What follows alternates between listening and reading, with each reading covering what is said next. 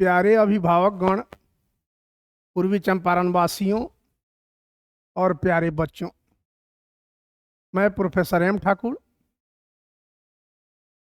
Faculty of chemistry, Motihari, आप लोगों से कुछ बात करने के लिए आया हूं। हम 4-5 शिक्षकों ने मिलकर एक संस्था का निर्माण किया है, जीनियस जोन। कोई नई घटना नहीं है। संस्थाएं बनती हैं, बिगड़ती हैं, आती हैं, जाती हैं। आपके जीवन में इस बात का कोई महत्व नहीं है, लेकिन कुछ बातें हैं। इंसान आजीवन कर्मशील होना चाहिए, संघर्षरत होना चाहिए बेहतरी के लिए। केवल चेंज, बदलाव के लिए चेंज नहीं होना चाहिए, बेहतरी के लिए बदलाव होना चाहिए। हमेशा संकल्पशील इंसान को होना चाहिए, कुछ नया करें, कुछ बेहतर करें। न करने वाले अनेक बहाने बनाते हैं, कर्मयोगी जो हैं लगे रहते हैं। तो इस नई संस्था की जरूरत क्यों? सैकड़ों संस्थाएं हैं, फिर नई की जरूरत क्यों? इसलिए कि हम लोगों ने लंबी अवधि तक ट्यूशन पढ़ाया है। 33 साल 34 साल तो हमको हो गया। हमारे अन्य कलीग जो हैं वह भी काफी वर्षों से पढ़ा रहे हैं, एक अच्छा खासा अनुभव है उनके पास।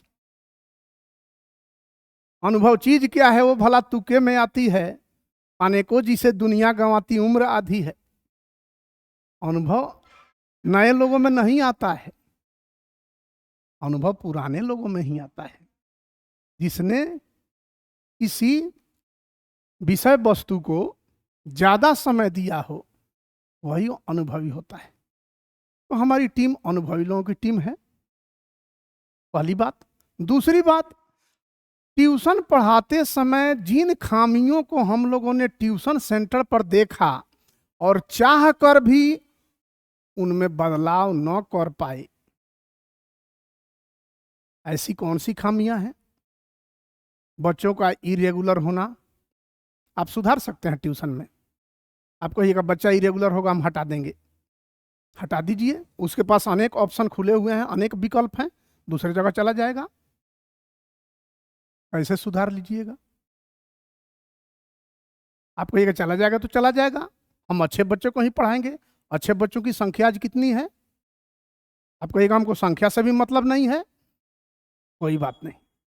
लेकिन जो बच्चे पढ़ाई पर ध्यान नहीं दे रहे हैं, बुरा बच्चा तो कह ही नहीं सकते हैं क्योंकि बच्चे बुरे होते ही नहीं हैं, लेकिन जो पढ़ाई पर ध्यान नहीं दे रहे हैं उनको पढ़ाई के रास्ते पर वापस खींच कर लाना, बिखरे हुए उनके स्वभाव को, कैरेक्टर को संगठित करना, किसका दायित्व है, किसका कर्तव्य है? शिक्षक का। माता पिता और शिक्षक, इसके अलावा कौन है जो किसी बच्चे के बेहतरी का प्रयास करता है? समाज तो हमेशा से तैयार है उसको नीचे गिराने के लिए। तो कहने का अर्थ है कि बेहतर बनाने के लिए ट्यूशन सेंटर पर्याप्त नहीं हो पाए। फिर यहां गलतफहमी में मत रहिए, मैं ट्यूशन सेंटर की शिकायत नहीं कर रहा हूं। कोई भी शिक्षक कहीं भी पढ़ा रहा है, शिक्षक है, वह बेहतर कार्य कर रहा है, क्योंकि इससे बेहतर कार्य धरती पर और क्या हो सकता है। लेकिन ट्यूशन सेंटर में जो खामियां थी उनको गिना रहा हूं, चाह कर भी दूर नहीं कर पाना। अनियमित बच्चे को रेगुलर बनाना ट्यूशन सेंटर के बस का रोग नहीं है। हाँ, कोई ग्रामीण माहौल में, ग्रामीण परिवेश में अकेला शिक्षक 7 से 10 के बच्चे को पढ़ा रहा है, वह चाहे तो कार्य कर सकता है। लेकिन यहाँ हायर एजुकेशन में बच्चे अनेक टीचर के पास जाते हैं अलग अलग विषय पढ़ने के लिए। हर किसी का मेंटालिटी अलग अलग है, हर किसी की सोच अलग है, वो सबके सोच में अपने को ढाल नहीं पाता है। तो कोई एक टीचर उसको रेगुलर नहीं बना सकता है। अगर वह कड़ाई से पेश आएगा तो बच्चा उसको छोड़ देता है, उसके पास अनेक विकल्प है। तो इरेगुलरिटी पहला मुद्दा हो गया। दूसरा मुद्दा हुआ बच्चे का रिविजनल वर्क। जब आप रिवाइज कराते हैं, बच्चा एब्सेंट, टास्क कंप्लीट करके नहीं आएगा, क्वेश्चन सॉल्व करके नहीं आएगा, एग्जाम ऑर्गेनाइज कीजिएगा, आधे से ज्यादा बच्चे उस दिन एब्सेंट रहेंगे। चलिए अब आगे क्या आप कीजिएगा। बड़े बच्चे को मारना भी अच्छी बात नहीं है। पहले का युग था जब बच्चों को मार पीट के हम लोग पढ़ाते थे, अब बच्चे सर झुका कर स्वीकार कर लेते थे। आज कहाँ जा रहे हैं हम, किस माहौल में जा रहे हैं? कर्तव्य तो तीन ही का है, पिता, माता और शिक्षक। पिता को कमाने से फुर्सत नहीं है। बहुत से पिता की मुलाकात बच्चे से साल भर में एक बार होती है, ऐसे भी पिता है। माताएं, माताओं में अवगुण कौन गिना सकता है? फिर भी माताएं अधिकांश ग्रामीण माहौल की अशिक्षित हैं। बेटे का स्वास्थ्य तो उनके ध्यान में रहता है, लेकिन शिक्षा क्या हो रही है उन्हें मालूम नहीं। बेटा पढ़ रहा है, बस इसी से खुश है।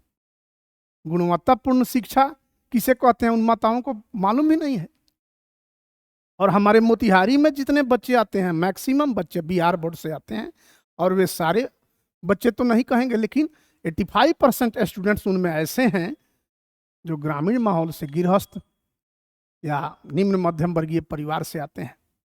वहाँ एजुकेशन पर ध्यान तो है, लेकिन उतना ध्यान नहीं है जितना होना चाहिए।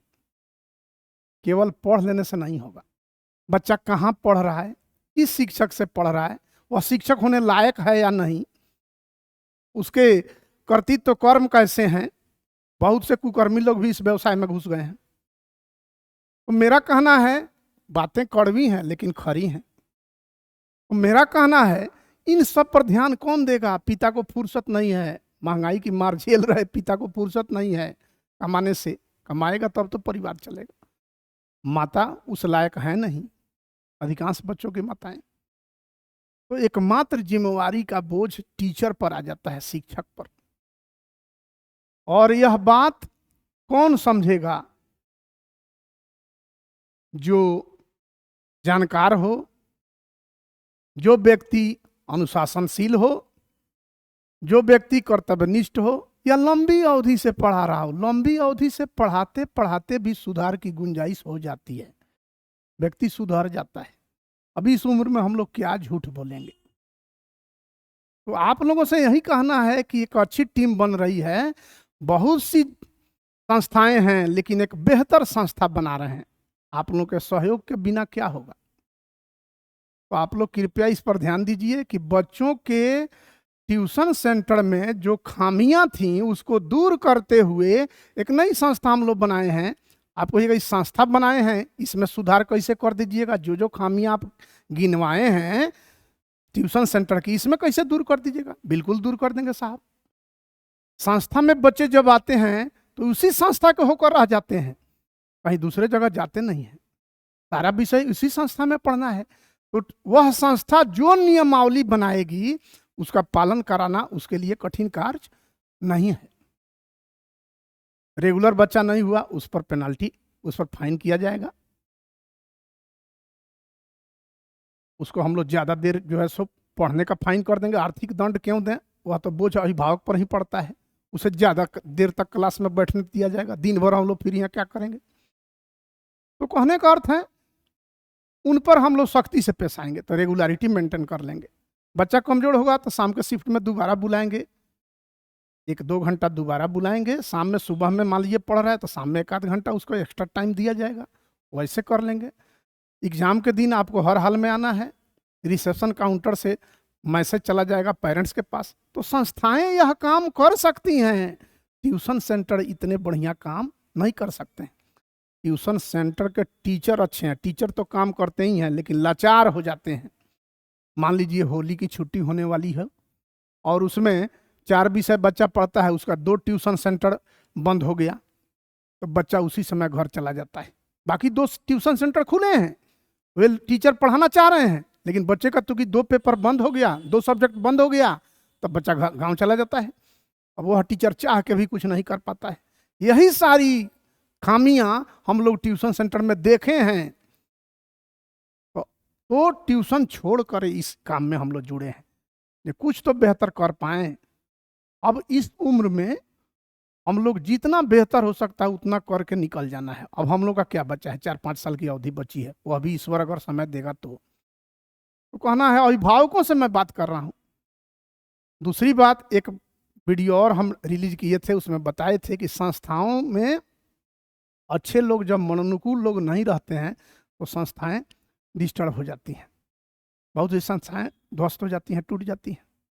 लेकिन जब संस्कारी लोग रहेंगे, अच्छे लोग रहेंगे, जो एक दूसरे के बात से अवगत हो जाते हों, एक दूसरे का विरोध न करते हों, तो बड़ी मुश्किल से यह टीम बनी है। यह मेरे जीवन का अंतिम अध्यापन काल का समय है। तो कृपया आप लोग विश्वास कीजिए, मैं तो इतने वर्षों से पढ़ा रहा हूं, कोई अवगुण मेरा कोई काउंट करा दे किसी भी प्रकार का, मेरे ग्रामीण माहौल तक, शहर में जहाँ आवास है वहाँ जाकर कहीं से हम लोग किसी दूसरे शिक्षा से इतर किसी भी चीज में हम लोग शामिल नहीं रहे।